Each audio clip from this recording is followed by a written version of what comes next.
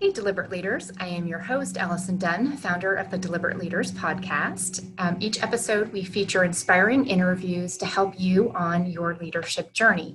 And today's guest brings one of my children's favorite sayings. Have you ever heard or experienced FOMO, which is also the state of fear of missing out? Our guest today, Patrick McGinnis, he was the person who actually coined the term back in 2004 while writing an op-ed for the Harvard Business Review magazine. Patrick has finally written a book about FOMO. The book's title is Fear of Missing Out, Practical Decision-Making in a World of Overwhelming Choices. And boy, the book is incredibly useful. So Patrick is also a venture capitalist. He is a podcast host and author of The 10% Entrepreneur. Patrick, thank you so much for joining us here today on Deliberate Leaders. It's my pleasure to be here. Thank you. Awesome. I'd like to get this conversation kicked off with a quick question. I'd like to just quickly chat about what do you feel is, or what tip would you offer as your number one leadership tip for all of our listeners? Oh, it's a good one. I love it. I think the thing I've learned about leadership over time, and listen, I don't know if there's anything never new to be said about these things. It's more about remembering the core principles. So what I would say is what I've learned over time is that when you can lead from a place of being very genuine, because you have confidence in yourself and you've done the homework and you know what you're doing, you can be much more effective. The worst kind of leader is somebody who doesn't know what they're doing and trying to transmit that they actually think, that they do know, but they really don't. And then therefore people just smell it. And I think you want to stay away from that. So if you don't know, don't try to lead, listen. Yeah. Oh, I love that. Don't try to lead, but listen and get guidance. Yeah, that's fantastic. Thank you. So let's talk about fear of missing out. I don't know when I first heard the term, but it is a term that I don't use very often, but my son uses it pretty consistently. He's like, oh my gosh, I'm having FOMO. So no one likes missing out, right? So what is it that drives people to have that feeling and that anxiety and fear about making choices? So if you look at what fear of missing out is, definitionally, there's really two things happening. The first is we feel FOMO when we have a perception that there's something better out there than what we're doing at the moment. And I say perception because it's based on information asymmetry. It actually, it may be that there is something better, but it may be that it is not. And you're just sort of, because of the amount of information we get on a daily basis and because of social media and connectivity, we get so many idealized images that force us to feel these feelings. The second thing is when you have FOMO is that you have a fear of missing out on a beneficial group activity. So it's the idea of everybody's doing something and I'm left out. It's that herd mentality. And so that's really where it comes from. That's the driver of FOMO. And of course, these are feelings that go back to ancient history. The earliest humans were aware of what they didn't have and maybe what they wanted or needed to survive. The difference, of course, today is that now we all carry around the internet in our pockets. And so it's so much easier to get the data that drives this FOMO. What do you recommend to people who maybe get a little stuck in that fear of missing out and aren't making choices at all?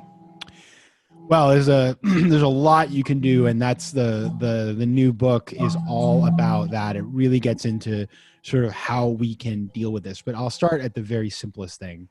The first place I'd start is to recognize that oftentimes we're feeling FOMO about things that just don't matter. So FOMO about, I do this all the time. So I really like ice cream. I'm like sitting in my apartment thinking about ice cream. It's sort of like, should I have it? Shouldn't I have it? I don't know what to do.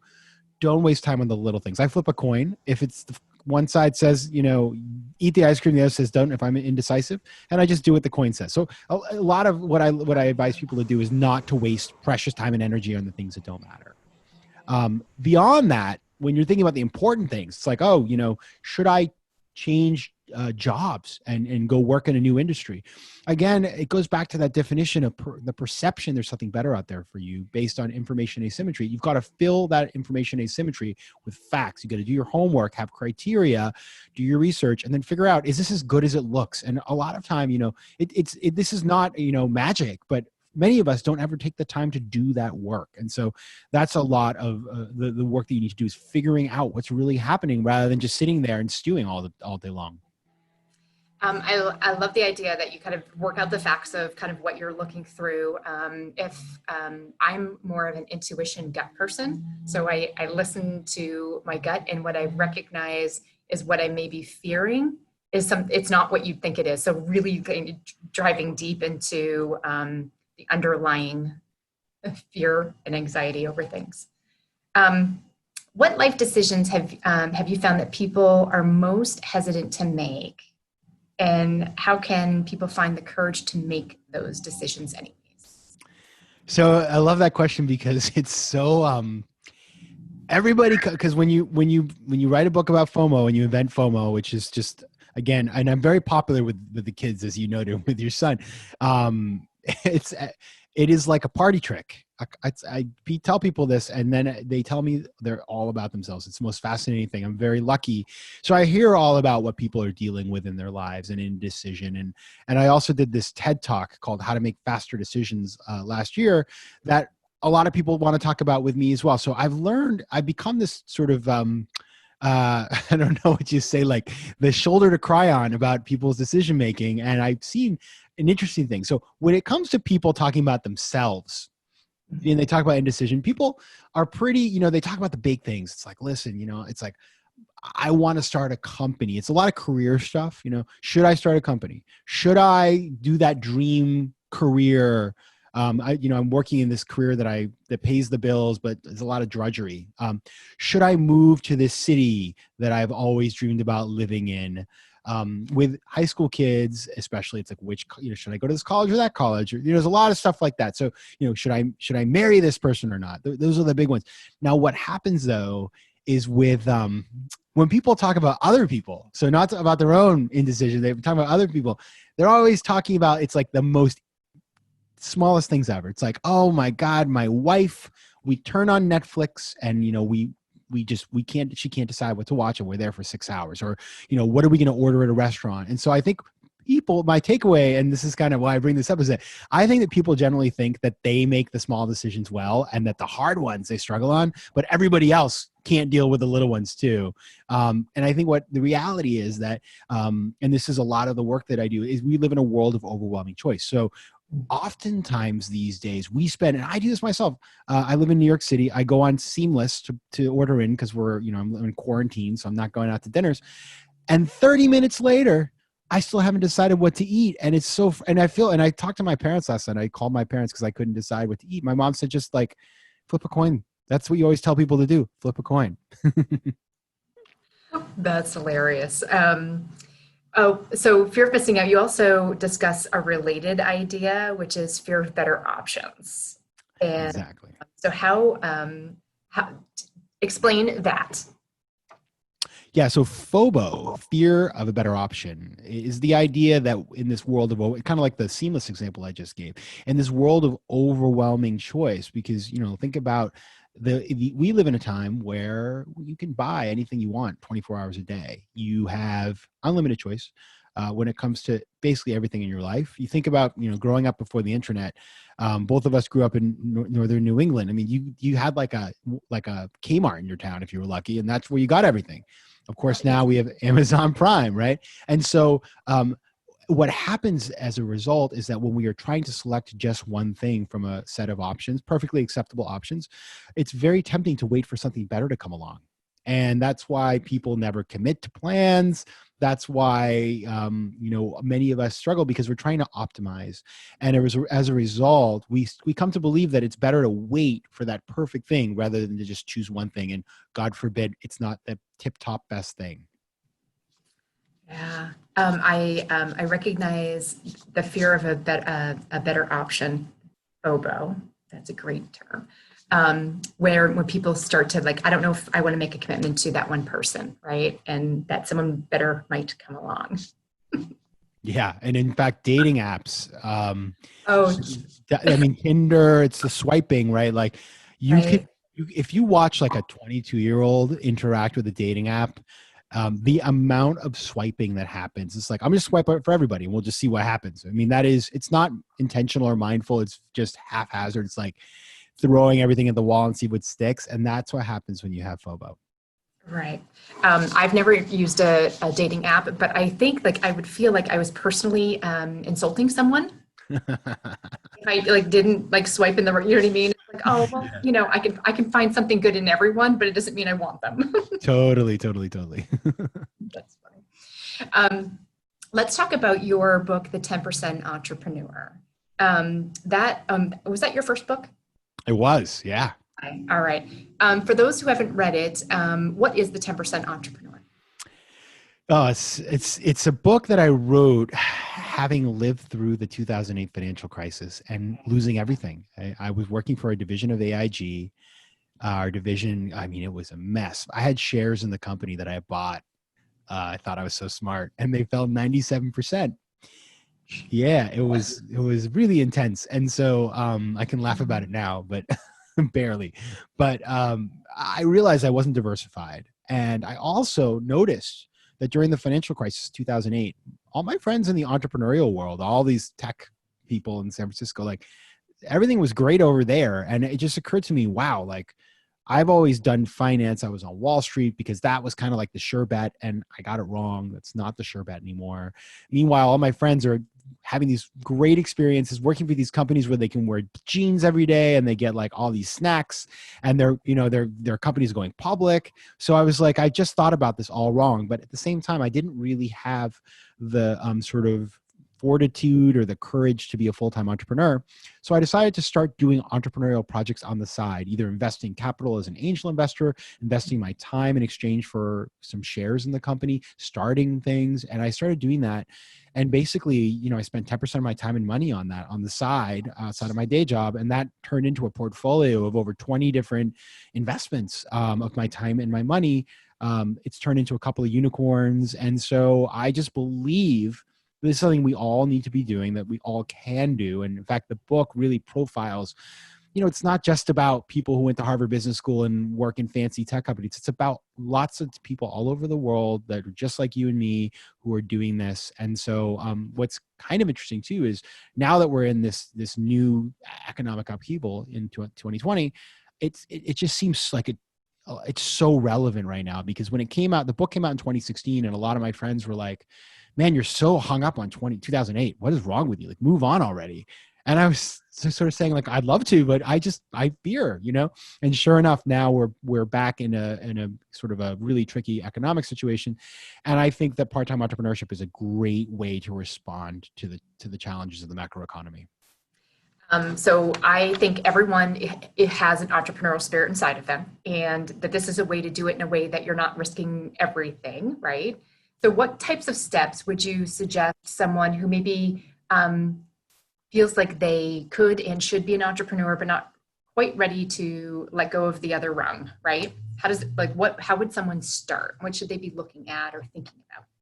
Yeah. So it's a really important process. And in the book, I lay out, the book is kind of like a workbook in a sense. It's very practical, because I don't know about you, but I read these business books that all sound great. The title is like, you're like, wow, it's going to change my life. And then you open the book and it's sort of like, okay, well, it's a nice idea, but how do I do any of these things? Right. So I try to be very prescriptive in the book, based on my own experience, and then researching and I sort of profiled 20 or 30 different folks who were doing this. So how do you get started? Well, the first thing you need to do is assess your resources, because the resources are what will allow you to invest in your 10%. So resources are money, time, and knowledge. And with money, it's figuring out, can you invest anything or not? Because if you can, that opens up certain doors to you. If you can't, opens up different doors to you. You don't always have to have money to invest. Second is your time. So everybody says, well, I'm too busy, right? I mean, everybody's too busy because we all carry around cell phones in our pockets that steal our time from us. Like, look at your phone. How much time are you spending on things that don't drive your sort of well-being, right? This past Sunday's report was very dramatic. I was like 5 hours per day. Oh, I mean, you're doing better than me. I fell off a cliff during the last couple of months. and so we all can make time. You could simply cut out some of those things, right? And then knowledge is really, it's all about combining what you're good at with what you like to do, because what you're good at will make you successful. What you like to do will make you willing to spend the time on it. But what happens is, a lot of times I talk to people all the time, talented people, and they say, I can't figure out what I'm good at. Because a lot of times we are the least successful sort of judge of our own talent, which is just, it's so unfair.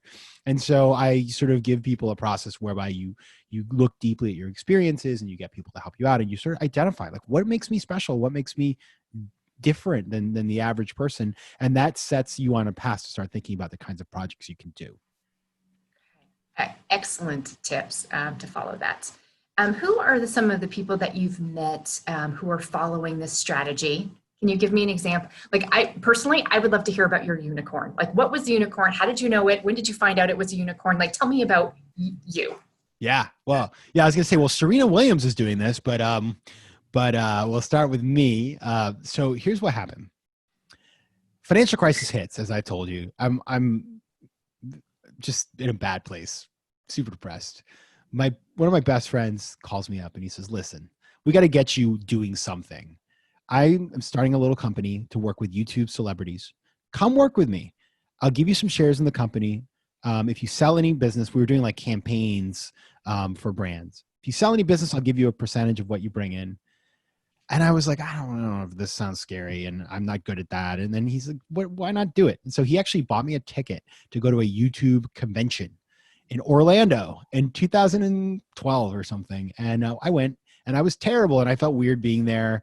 And I didn't do a very good job, but I learned something, and I went back to New York and I started selling our product. And I actually sold a $25,000 pilot to Smirnoff because a friend of mine worked there, and she took a meeting and they were looking at innovation. And so, oh my God, I'd never sold anything in my life. I felt so excited.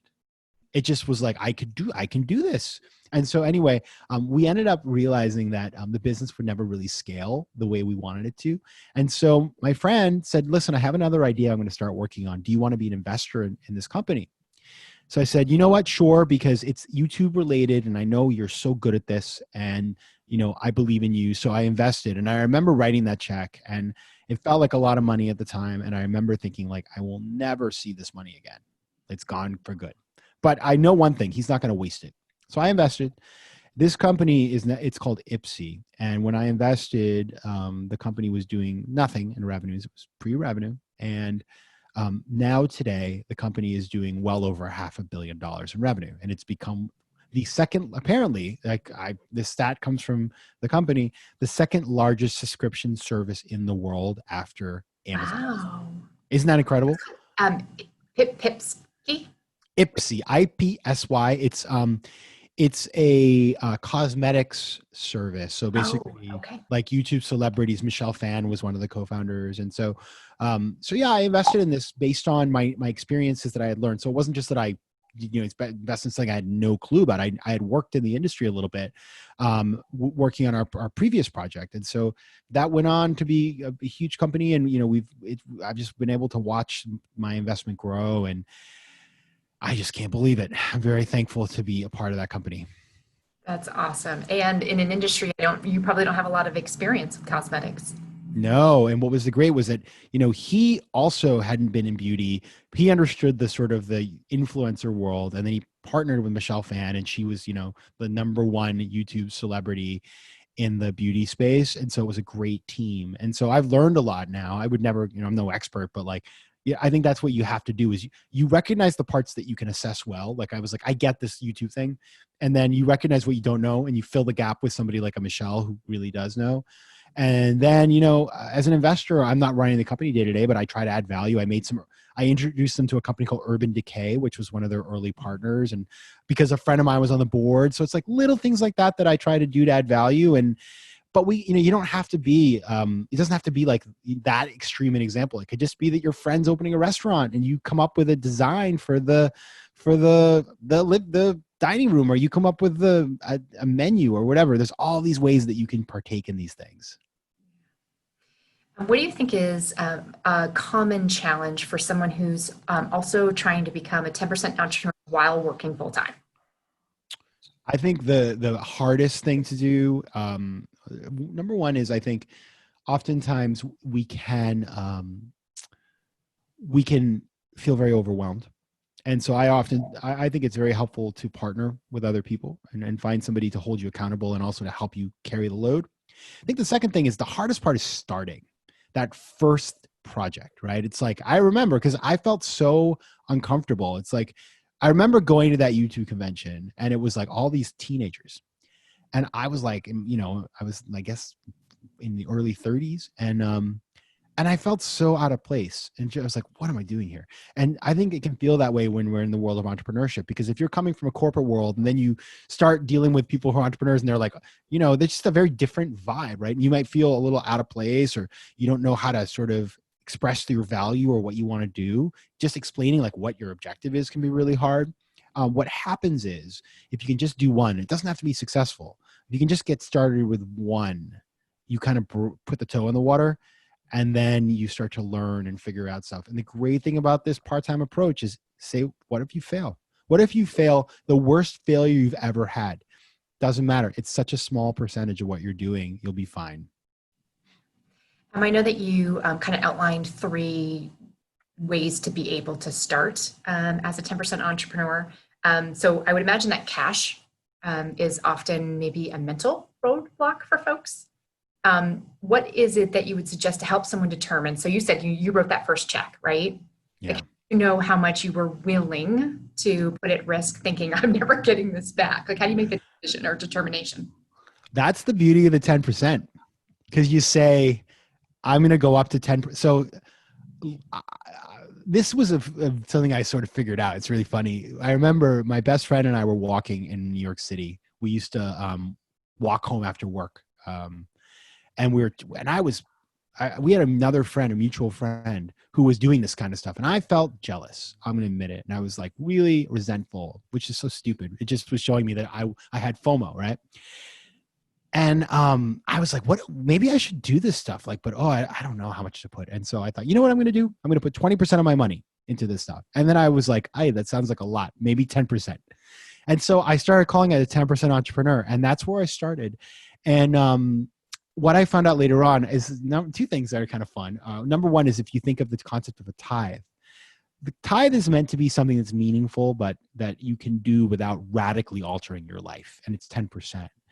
And then the average angel investor in the US puts about 10% of their net worth into projects. So what I did was I said, okay, 10%, it's this number here, and I'm going to keep that kind of for the rest of my life, if this works for me. And then when I found my first deal, I'll never forget, I met this entrepreneur, and it was not the IPSY story. It was a different entrepreneur. And I liked it, but I wasn't sure. And I felt like I had to do one. I was like, I got to make an investment. So I felt this pressure to invest, but I just didn't quite, I believed in the entrepreneur, but I didn't know 100%. But so I was having all this stress, and I said, well, how much do you want me to invest? He said, well, our minimum investment is $50,000. And I'm thinking, like, that's like 2 cars, maybe. I don't know. Depending on the car you're talking about. That's a car anyway. And I was like, no, I think I could invest $5,000. And he was like, sounds great. And he took the money. So you don't have, you have to, don't feel obliged to do what, you need to be true to what don't feel pressure to pour more money than you feel comfortable with. And I'll tell you that company went to zero. I lost all my money on that. And I'm so glad now that I only invested I'd love the 5K back, but like, that's much better. And it's a tax write-off. And you have to spread your bets. That's the key. So how many 10% have you invested over? So I think it's from 2008 to now. How many businesses are you involved in from a 10%? Yeah. Too many. Just curious. So what happens is, so in terms of actual investments, it's probably around, I should count, around 10.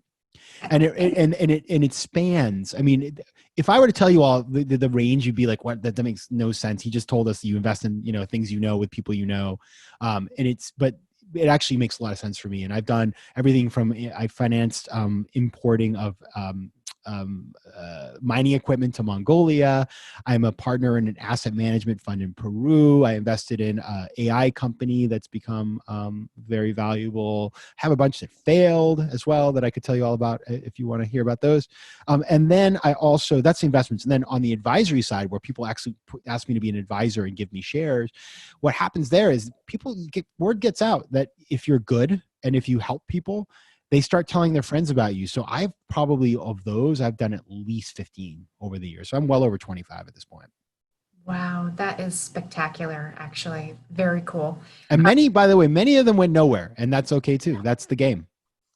Do you think there's a rule of thumb that you can base it on? Just out of curiosity, like people should be prepared to fail or go nowhere with a certain percentage. Like that's just a given, correct?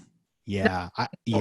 In terms of the actual numbers, what percent fail? I would say probably 80%. Maybe I've had a better result than that because I think I've been very judicious. But I also would say that I tend to do the worst the farther I get from my expertise. I mean, it's a very obvious point, but like it is important to know that is a causal relationship. Yeah, that's a brilliant thing that our listeners I just want to make sure that you like the further you get from what you know, the higher the likelihood is that you'll risk the money. So that's a great takeaway. I'm not asking you to focus on a failure, but so far in your career, what's been the most important lesson that you've learned about investment? And then I also want to ask the same question about what's the most important lesson about leadership. Ooh, that's a great question. Okay, so on the first one, I've just, I have faced so many crises. And by the way, and I'm healthy and I'm happy, so I'm not complaining, okay? There are people who really deal with crises like where somebody gets really sick or addiction or you name it. I mean, a natural disaster. So I'm not complaining. And what I would say is that since I started my career, I've been through 5 financial crises because I do international investing. So like I had just one of my companies, like, we had like the CEO, this was in the Middle East, the CEO was accused of his brother was accused of giving money to Al Qaeda. Like that was on the front page of the paper, like just stuff that like you just can't even imagine. It's like horrifying. So I've been through ups and downs on the macroeconomy and crises in the portfolio.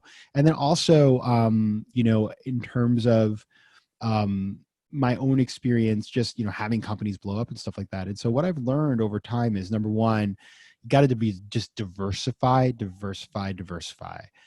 It is so critical because I've had investments. I had an investment in a company called Blue Smart, beautiful suitcases that were the first smart suitcases, like before Away, we were the first ones.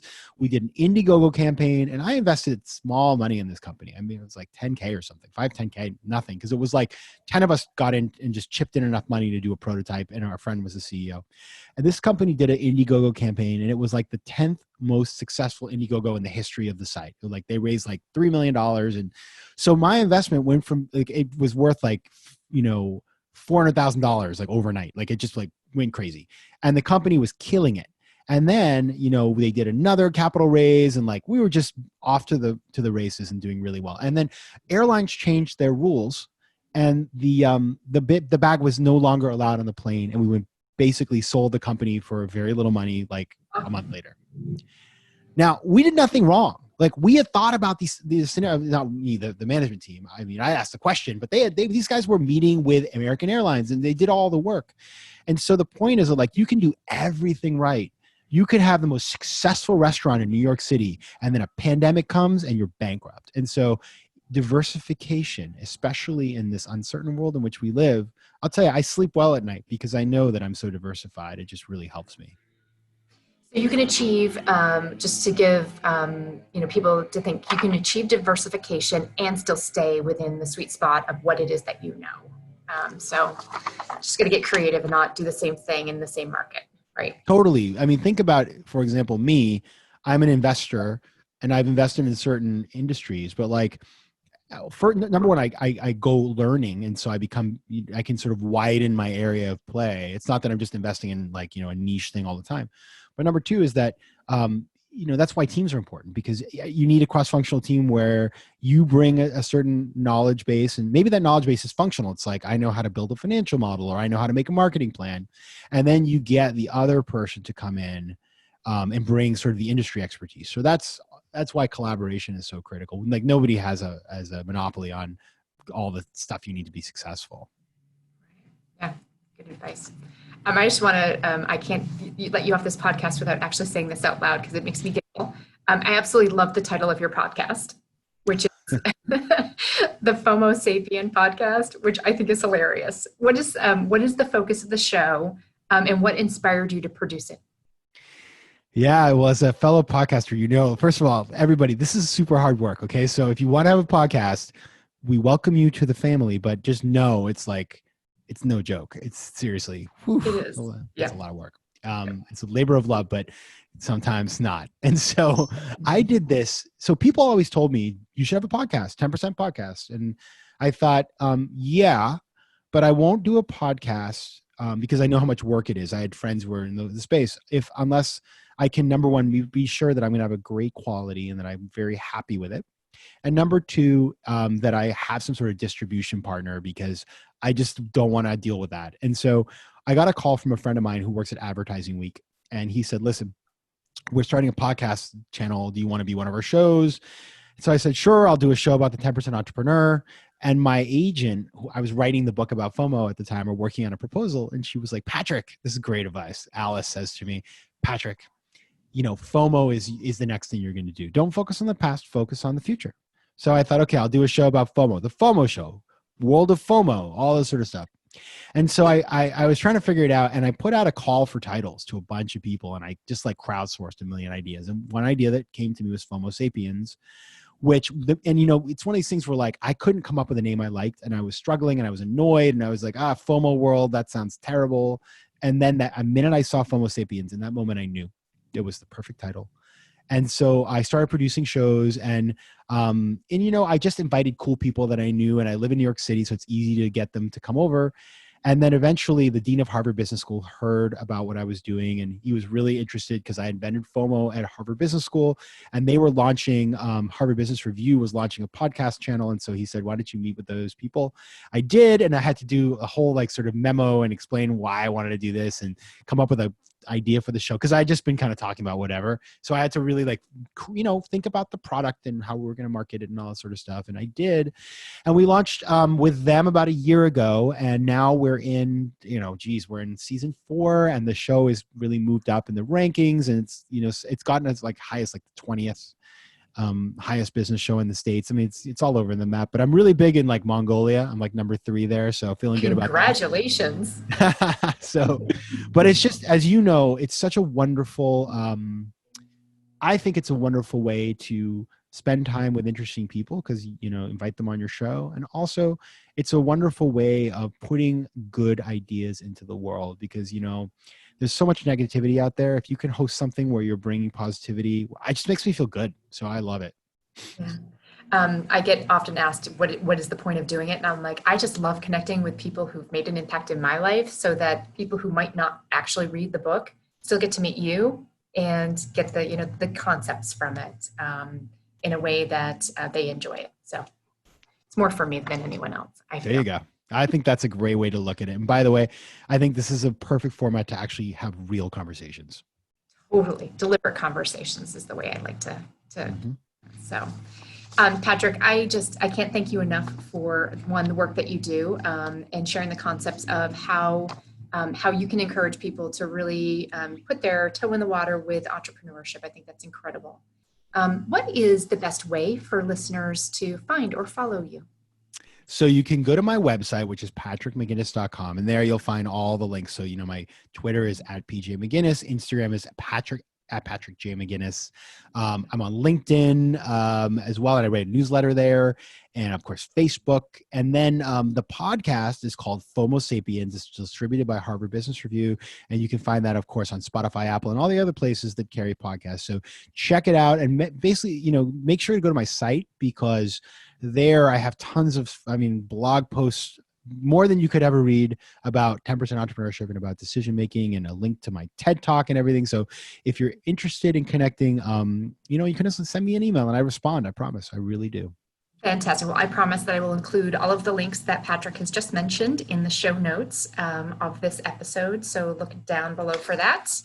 Patrick, again, thank you so much. Thanks for joining us today from New York. I'm glad you're safe and well, and I look forward to seeing what you put out in the future. Thank you. Best of luck. Thank you.